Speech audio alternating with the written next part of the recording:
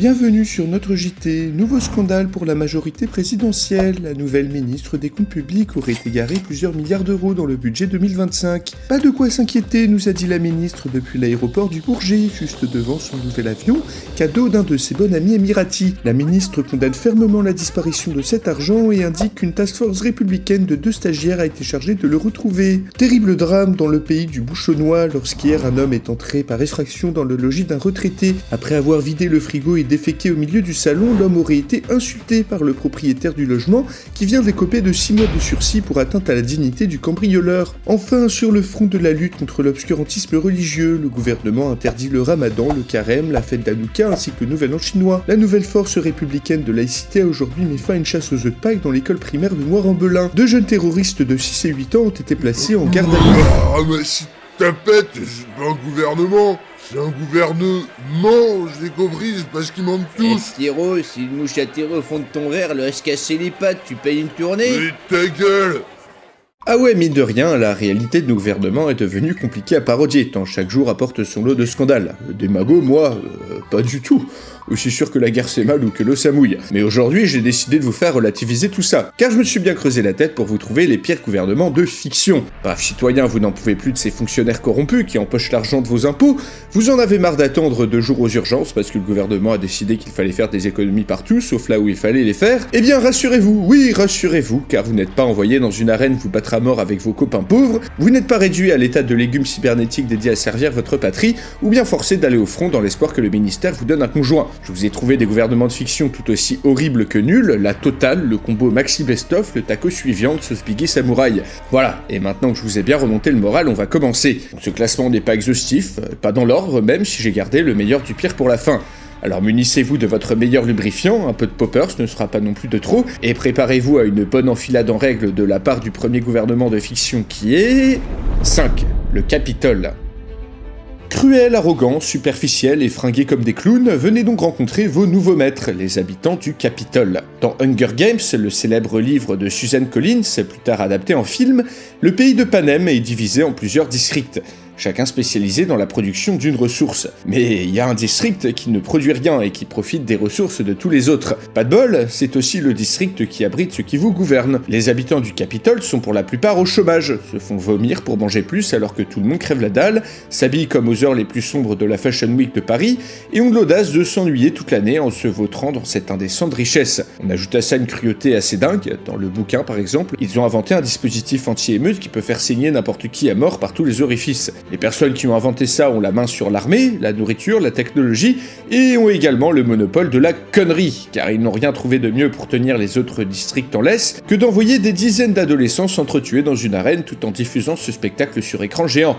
Mais quelle excellente idée! Mettre en scène la mort de jeunes enfants, jouir, se gausser du spectacle sous les yeux effarés des habitants des districts qui voient leurs plus jeunes représentants se faire littéralement anéantir en live. Ce n'est pas du tout quelque chose qui pourrait provoquer une révolte, non, absolument pas. On a d'un côté des miséreux qui crèvent de faim et de maladie, qui se font envoyer dans des jeux du cirque de plus en plus dangereux et gore d'une année sur l'autre, et des aristocrates complètement déconnectés et oisifs qui n'ont pas compris que leur jeu à la con ne faisait qu'exciter l'esprit rebelle des habitants de Panem. Bref, en tant que citoyen lambda des districts, vous allez être exploité jusqu'à votre dernier souffle tout en ayant la peur chaque année que vous ou vos enfants soient choisis, puis entraînés, puis engraissés par l'abondante nourriture du Capitole, pour ensuite aller mourir dans une jungle remplie d'hommes-chiens cannibales. Mais au moins, vu que l'horreur est affichée clairement au Capitole, vous savez que le rebelle au fond de vous combat pour la bonne cause. Alors que pour le gouvernement suivant, c'est un peu plus compliqué de s'en rendre compte, car on va parler de... 4. Le ministère de la magie. Que diriez-vous d'un gouvernement qui théoriquement vous veut du bien et doit vous protéger, mais qui dans la pratique se révèle d'une telle incompétence qu'il provoque presque à lui seul la fin de votre monde? Eh bien le ministère de la magie dans Harry Potter c'est à peu près ça. C'est la plus haute instance du monde des sorciers, qui dans le célèbre livre de J.K. Rowling est constamment dépassé par les événements. Piston, corruption, incompétence, pas étonnant que ce gouvernement soit tombé comme un fruit mûr lors du retour de Voldemort. Il semble que personne n'y raisonne de manière logique. Voldemort revient, engageant toutes les ressources du ministère pour pourrir Dumbledore et Harry Potter dans les journaux. L'horrible tueur Sirius Black s'est échappé de prison, envoyant des dizaines de détraqueurs dégueulasses qui aspirent des âmes dans une école pleine d'enfants. Parle également de la fois où Voldemort, un groupe de ses sbires et un putain de serpent géant sont entrés relax dans l'aile la plus sécurisée du ministère de la magie pour y trouver Harry Potter et ses amis. Un groupe d'adolescents qui ont réussi eux aussi à infiltrer ce bâtiment ultra sécurisé tranquillou. Oui, la sécurité, ah oui, peut-être à Azkaban, la prison des sorciers, où on peut être envoyé sans procès ou sur la base d'un simple témoignage, par des jurys pleins de conflits d'intérêts. Rappelez-vous la fois où Barty Croughton Senior a été jury pour le procès de son fils, juste un exemple, hein, et tout ça pour terminer dans une des pires geôles que j'ai jamais pu voir dans la fiction. Tu te fais littéralement aspirer ton âme par des créatures qui sont, manifestement mauvaises. Enfin, je veux dire, ça se voit.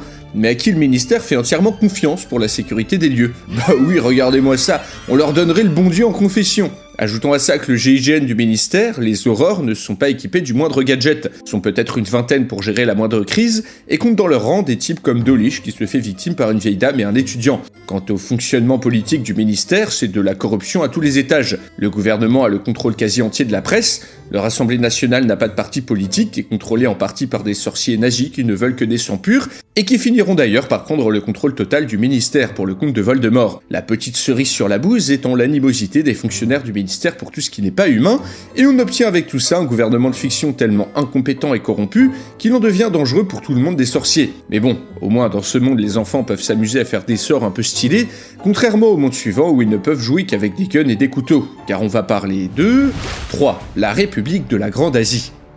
Bienvenue sur une île où des enfants se battent à mort en se déversant des flopées d'insultes. Non, je ne parle pas de Fortnite, quoique cette définition s'y applique bien, mais de l'œuvre qui l'a inspiré, Battle Royale, un classique du manga et du cinéma japonais. Alors sur le principe, ça ressemble un peu à Hunger Games, enfin plutôt c'est Hunger Games qui ressemble beaucoup à Battle Royale. Notre horrible gouvernement de fiction s'appelle dans cet univers la République de la Grande Asie, un Japon uchronique qui a gagné la Seconde Guerre mondiale et qui s'est totalement isolé du reste du monde. Le gouvernement dictatorial ultra-conservateur a émergé après une révolution démocratique écrasée dans le sang. Tous les aspects de la vie sociale sont contrôlés par l'État.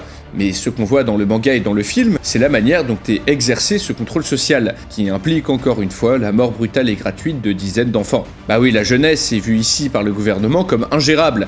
Tout ce qui est immoral est banni, comme les vêtements trop décontractés, le sexe hors mariage, ou encore cette horrible perversion méphistophélique qu'est le rock'n'roll. Comme j'ai peur. Sans prévenir rien ni personne, des classes entières de collégiens et de lycéens, qui regroupent un peu trop d'étudiants immoraux, vont être kidnappés. Oui, kidnappés, et envoyés sur une île où leur professeur principal leur mettra un collier explosif autour du cou, leur fera visionner une VHS complètement claquée, leur filera des sacs avec des objets random dedans, donc soit une arme cool, soit une banane, des trucs random, vous avez compris, puis les enverra s'entretuer dans une jungle remplie de bâtiments abandonnés. Le but, instiller la terreur parmi la population, et parmi les jeunes qui, à tout moment, sans prévenir, peuvent se retrouver dans cet enfer. Alors je trouve ce truc encore plus vicieux que le Hunger Games, parce que déjà les jeunes qui sont dans les mêmes classes se connaissent, sont souvent amis, et doivent quand même s'éclater la gueule entre eux. Ensuite, parce que là on n'est pas dans le faste des Hunger Games, ni du Capitole, car les étudiants sont largués dans une jungle dégueulasse, se font buter par leur prof de maths, et ne peuvent même pas se préparer ni se faire aider de l'extérieur. Dans le manga c'est encore pire, les responsables du gouvernement tuent, voire violent, tous ceux qui se mettent sur leur chemin, parents compris, et pour quel prétexte? Soi-disant pour préparer les jeunes du pays à une invasion, et pour dissuader les agresseurs. Bon, c'est un prétexte stupide, mais en gros, Battle Royale, c'est Hunger Games en plus crado et violent. Ici, c'est juste des ados qui crèvent la gueule ouverte comme des merdes sur une île désaffectée, zéro pitié, zéro respect, exactement comme avec le gouvernement suivant qui est 2. La République de Gilead. Alors je savais pas qu'on pouvait faire pire que l'Arabie Saoudite ou l'Iran en matière de droits des femmes, mais si, suffisait de chercher du côté du roman de Margaret Atwood, qui nous dépeint un monde où un gouvernement puritain totalitaire enferme les femmes dans des rôles très spécifiques. Mon corps, mon choix... Ici on oublie. Suite à des problèmes de fertilité massifs dus à la pollution de l'atmosphère, les femmes sont ici assignées à un rôle qu'elles ne pourront plus jamais quitter de leur vie. En gros, on a des matrones, les seules femmes ayant un semblant de pouvoir, puis des boniches, des prostituées et des femmes dédiées uniquement à la reproduction, les servantes écarlates. Toutes les femmes qui ne remplissent pas un de ces rôles sont purement et simplement déportées dans d'immenses déchetteries où l'espérance de vie ne dépasse pas 30 ans. Et pour faire tenir ce système-là, il existe toute une toile répressive à base de rumeurs, de dénonciations et de disparitions subites dignes des pires heures de l'Union soviétique de Staline. Si une jeune fille vouée à la reproduction est amoureuse et qu'une des mégères qui est chargée de l'éduquer l'apprend, bon voyage dans les colonies de déchets toxiques qui bordent la République. Grossesse forcée, enlèvement, interdiction d'apprendre à lire, à écrire, des actes horribles et en plus souvent perpétués par d'autres femmes dans le livre, ce gouvernement est la quintessence ultime de la misogynie, un régime absolument effroyable et déshumanisant, un combo ultime de toutes les pires pratiques qu'ont pu subir les femmes dans notre histoire.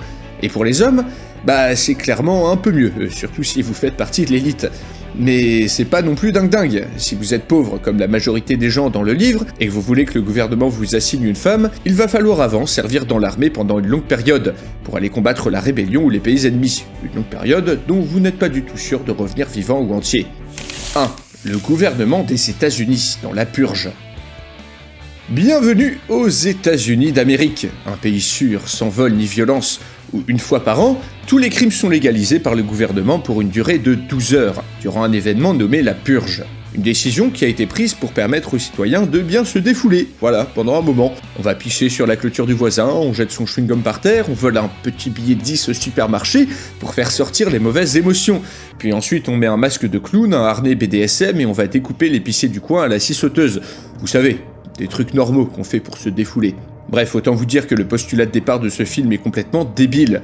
En tant que décisionnaire au gouvernement, comment peux-tu t'attendre une seule seconde à ce que 12 heures de n'importe quoi, de chaos total, empêchent toute violence le reste de l'année? Si Pierrick, le gentil voisin, vient dégommer ta femme et tes enfants pendant cette nuit-là, comment s'attendre à ce que tu restes tranquille lorsque le lendemain il vient arroser ses plantes en te faisant des grands sourires? D'où, en permettant à n'importe qui de commettre n'importe quel crime, tu t'attends à ce qu'il n'y ait aucune rancune, aucune vengeance, aucune embrouille ou aucune conséquence tout le reste de l'année. Comment garder une société unie et prospère avec une telle décision? Puis d'ailleurs, dans les films, le gros focus est sur le meurtre, genre avec des gentils pères de famille qui se transforment en serial killer une fois la nuit tombée. Mais en vrai, si ce sont tous les crimes qui sont autorisés pendant la purge, bah moi j'imagine juste déjà au niveau financier. L'escroquerie, le vol, le délit d'initié, la fraude, l'évasion fiscale, la manipulation des cours de la bourse deviennent également légaux. Genre dans cet univers, à cause du gouvernement, des millions de personnes attendent cette nuit-là pour remplir de fausses déclarations d'impôts, pour filer des marchés à des amis, pour détourner des fonds, déréglant totalement le système bancaire.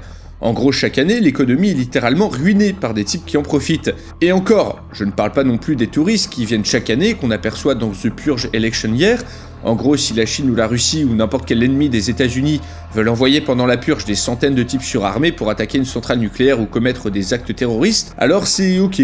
Pendant 12 heures. Ok. Ah là là, il y a 300 Nord-Coréens qui ont fait sauter une bombe nucléaire en plein milieu de Times Square pendant la dernière purge. Ça c'est con. Mais au moins, tout le monde s'est bien défoulé. Pas vrai? Bref, je comprends pourquoi tout le monde dans ce film peut fuir ce pays de fous. Dans tous les cas, je pense que ce gouvernement aura gagné sa place au panthéon des plus stupides de la fiction. En tout cas, si vous avez aimé le concept, n'hésitez pas à me mettre d'autres idées de vidéos du genre dans les commentaires, et surtout à vous abonner pour ne pas les rater. N'hésitez pas à aller checker mes podcasts, qui sont dispo sur toutes les plateformes, Spotify, Deezer, Apple Podcasts. Les liens sont dans la description, et sur ce, chers abonnés et spectateurs, on se dit à la prochaine pour une nouvelle vidéo.